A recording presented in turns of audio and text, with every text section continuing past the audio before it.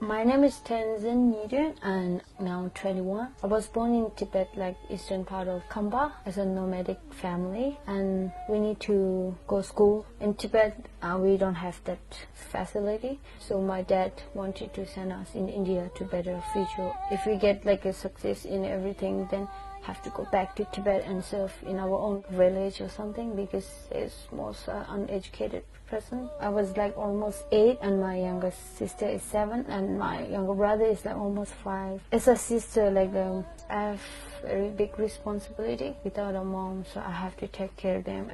2008 I was like almost 10. It's also like China Olympic, and in Tibet the most Tibetan they uprising and against the Olympics. So I didn't know that my parents or families like participate on this event. I went to Dharamshala to Holiness Palace and I saw a poster, and then I saw my dad was there. Literally suppressed, like he don't care on himself or family, what he just sacrificed himself, he put in jail.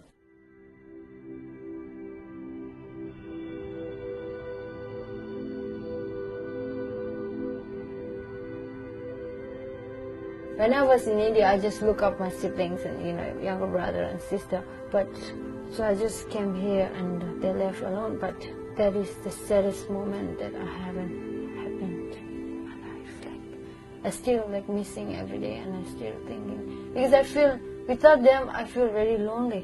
Even I have like friends, I have everything like in here, Tibetan community and everything with support. But the hardest time is to separate the one who really loves. The Australian government is very grateful to Tibetans, who bring the refugee as a refugee and giving many opportunities. So different choice or different options.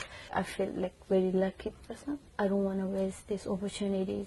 In my school, I feel like home. When Tenzin did join us 2 years ago, a huge struggle for her initially.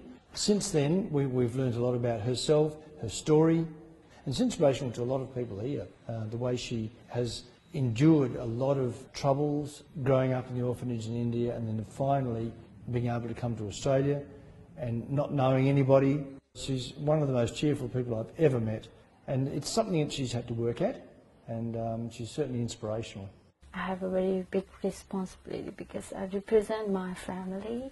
Need to support my younger brother and sisters, and that's sort of things.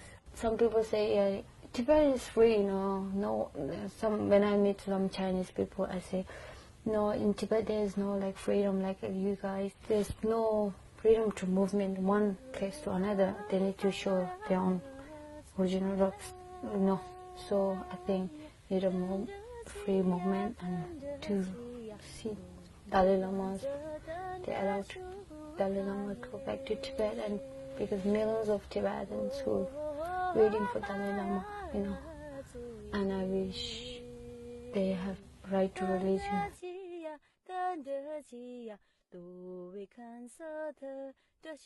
Lots of people are killed, tortured or something, so or maybe my dad is one of the people who lead it, so I think he already been killed. Luckily he's just killed.